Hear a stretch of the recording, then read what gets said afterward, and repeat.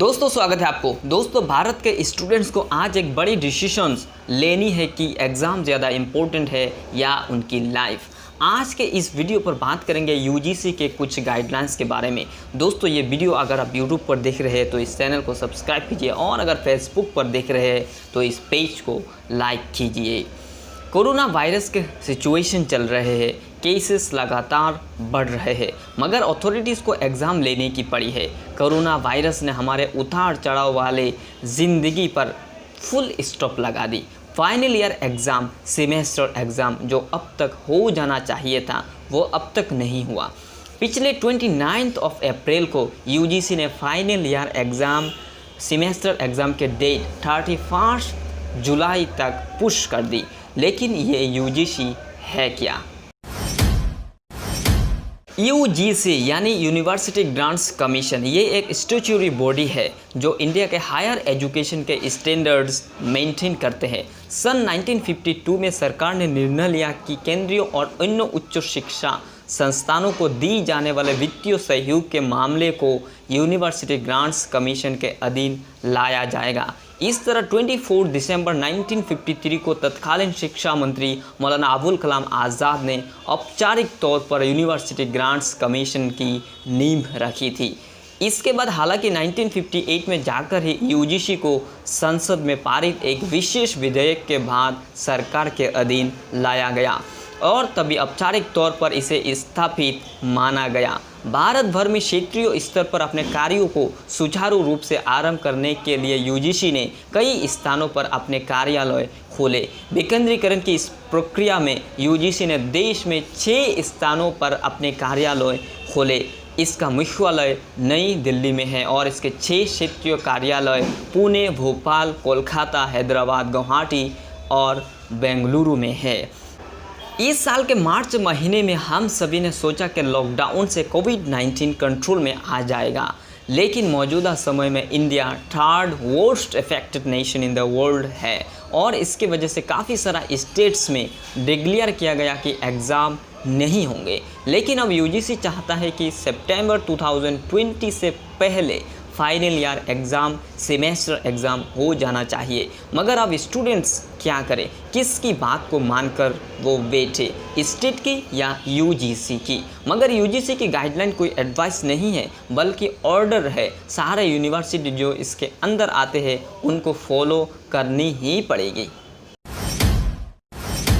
अब स्टूडेंट्स की प्रॉब्लम क्या है? नंबर 1, कोविड केसेस लगातार बढ़ रहा है। एग्ज़ाम सेंटर में स्टूडेंट्स हर जगह से आते हैं, तो ऐसे में सोशल डिस्टेंसिंग कैसे मेंटेन होगी? और अगर एग्ज़ाम सेंटर में एक साथ मिलने से स्टूडेंट्स को अगर कोरोना होते हैं तो कौन इसकी जिम्मेदारी लेगी? नंबर 2, बहुत सारे स्टूडेंट्स विलेजेस में रहते हैं और पढ़ने के लिए शहर में आते हैं। लॉकडाउन की वजह से सभी घर जा चुके हैं, अपने हॉस्टल रूम छोड़ चुके हैं, तो क्या ये सेफ़ है कि वो सिर्फ एग्ज़ाम के लिए सिटीज़, कॉलेजेस और यूनिवर्सिटीज़ में आए? और बात सिर्फ स्टूडेंट्स की नहीं, स्टाफ, सुपरवाइजर्स एटसेट्रा के भी है। नंबर 3, यूजीसी ने ऑनलाइन एग्जामिनेशन भी अलाउड किया, मगर हमारे पास कोई टेस्टेड एंड ट्राइड इंफ्रास्ट्रक्चर नहीं है। दिल्ली में जो मॉक टेस्ट हुआ उसे स्टूडेंट्स ने मौखेरी टेस्ट कहा।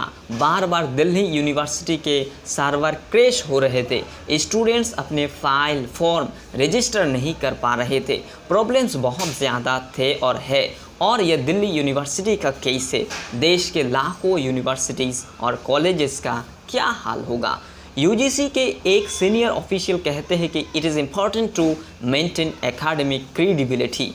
आखिर कौन से एकेडमिक क्रेडिबिलिटी की बात कर रहे हैं? 80% से ज़्यादा इंडियन इंजीनियर्स अनएम्प्लॉयबल है, 93% से ज़्यादा MBA ग्रेजुएट्स अनएम्प्लॉयबल है। बाकी डिग्री की क्या होगी वो खुद आप सोच लीजिए। हमारा एजुकेशन सिस्टम ज़्यादा रोट लर्निंग पर फोकस करता है, लाइफ स्किल्स पर नहीं।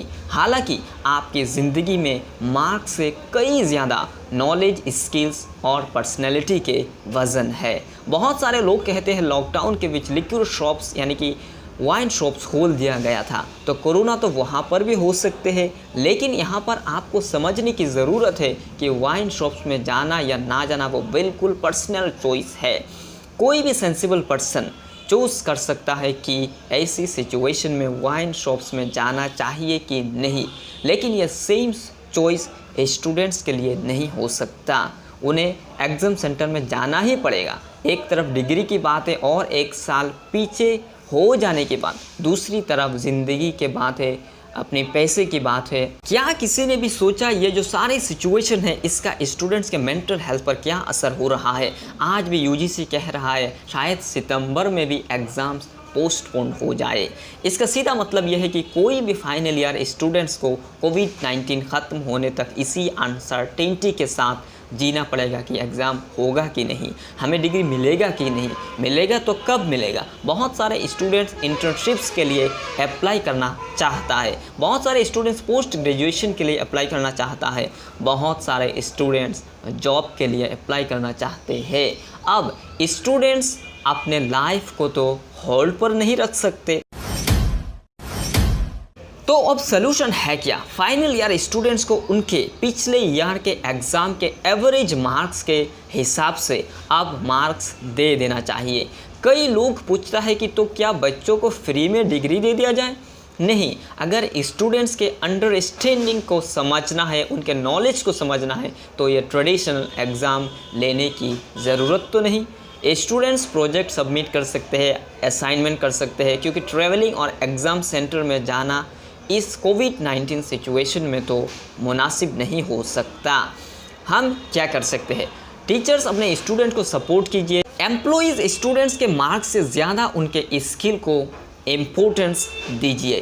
पेरेंट्स ये समझिए कि आपके बच्चे एग्ज़ाम सेंटर में जाना बुरा हो सकता है और स्टूडेंट्स अपने बॉयज़ को रेस करने का समय आ चुका है। यही वक्त है जहाँ पर सबको समझना चाहिए कि सिर्फ एग्ज़ाम से क्रेडिबिलिटी नहीं होता। Exams are a part of the education system, उसके डेफिनेशन नहीं हो सकता।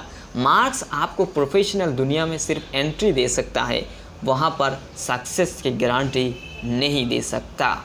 दोस्तों, अगर यूजीसी को एग्ज़ाम लेना ही चाहिए तो प्री डेट शीट पर ले लेना चाहिए, क्योंकि दुनिया भर के तमाम रिपोर्ट कहते हैं कि लॉकडाउन सलूशन नहीं है। और ये तो आप भी देख रहे हैं कि इतना लॉकडाउन के बावजूद कोविड-19 कंट्रोल में नहीं आया। मीडिया ज़रूरत से ज़्यादा खौफ फैला रहे हैं। मैंने इस वीडियो में इसके बारे में डिटेल्स बात की है, आप चाहे तो देख सकते हैं। दोस्तों, उम्मीद है ये वीडियो आपको काफ़ी इन्फॉर्मेटिव लगा होगा। अगर आप ये वीडियो यूट्यूब पर देख रहे हैं तो इस चैनल को सब्सक्राइब कीजिए, और अगर फेसबुक पर देख रहे हैं तो इस पेज को लाइक कीजिए। मिलेंगे इस तरह के और एक इन्फॉर्मेटिव वीडियो में, तब तक के लिए शुक्रिया।